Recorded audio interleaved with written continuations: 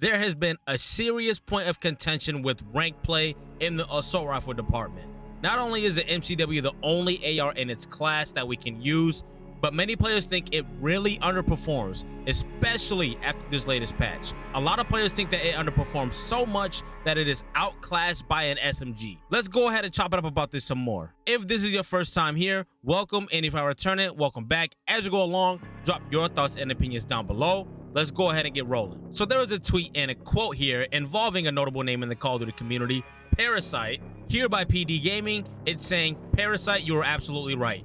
The rival does kill faster at longer ranges, and if you take into account sprint to fire, the Rival 9 is significantly better." And there are two photos here. The one on the left is without taking into account sprint to fire. And Parasite seems to be laughing hysterically, saying the rival kills faster than the MCW at long range.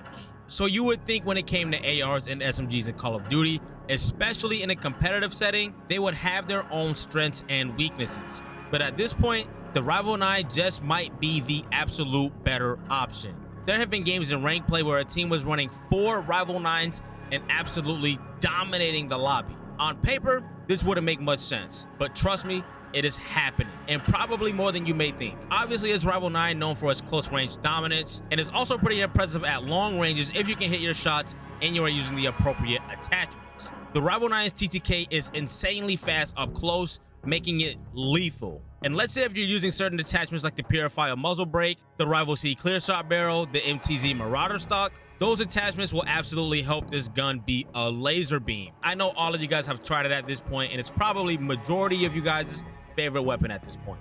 So Parasite had a couple of more takes saying, "I think the Holger should be added to the meta.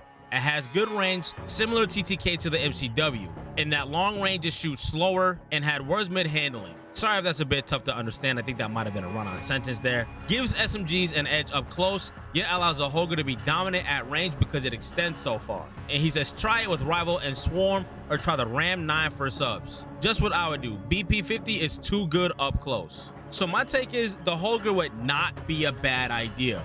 On paper, it will almost look the same as last year's Tech 56 and Vaznev 9K meta. I think it will call for some more balance as well. Although the Holger can seem pretty OP, you won't be as mobile as you would be with the MCW, making players really have to pick and choose who on their team uses an AR and a submachine gun, especially in rank play and amongst the pro community. And the MCW is seriously unforgiving at long ranges. The Holger has a serious edge on the MCW in that regard. Another thing that is kind of cool about the Holger is it's pretty versatile in both multiplayer and Warzone. Depending on how you stack the attachments, you can use something like the Shadow Strike suppressor, the Chiro 6 match barrel, if you want to get some longer range in recoil control, along with the Mark III reflector sight. I think that's a pretty decent build in itself.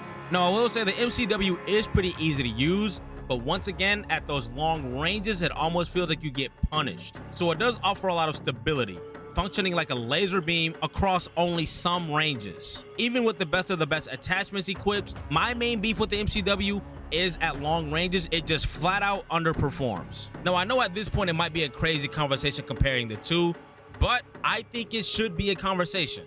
Now, I know nothing is getting added into rank play or the Call of Duty League this late in the game. I know this. This is all hypothetical, heavy on the hypothetical.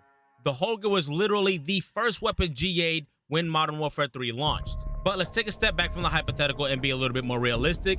I do think this will do more harm than good, especially in the CDL, in terms of stability and consistency in competitive matches. Having all of these systems in play gives players pretty much the same fighting chance at winning the game. So a little bit more about the Holger being GA'd, meaning players voluntarily agreed to not use this. These GAs, or gentlemen's agreements, help maintain the competitive integrity in the competitive aspect of Call of Duty. Some weapons may just be too overpowered or just disrupt the competitive meta. So by restricting certain weapons and attachments and so on, the CDL ensures fair competition. The Holger does have the potential to cause problems in this sense though. Before I duck out of here, it's been a long time before I plugged my guys over at Waves Customs. Use Waves Custom Edits for the gym, playing and recording music, and of course, gaming. If you're tired of the overhead headphones, or maybe you have an ugly headset dent, I know a lot of you guys have that. Check out my guys over at Waves. You can get these custom fitted for your ears only just by 3D scanning your ears with your iPhone or Android. You can get them in almost any color, and you can get almost any logo printed on them.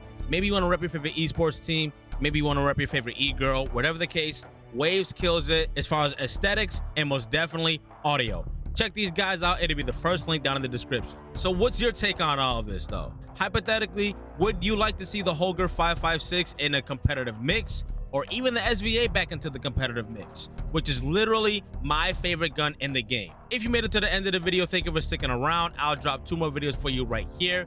And if you dug the content, consider subscribing as we chase down our first 1,000 subs here on the channel. Let's make it happen. All y'all take care, and I'm out.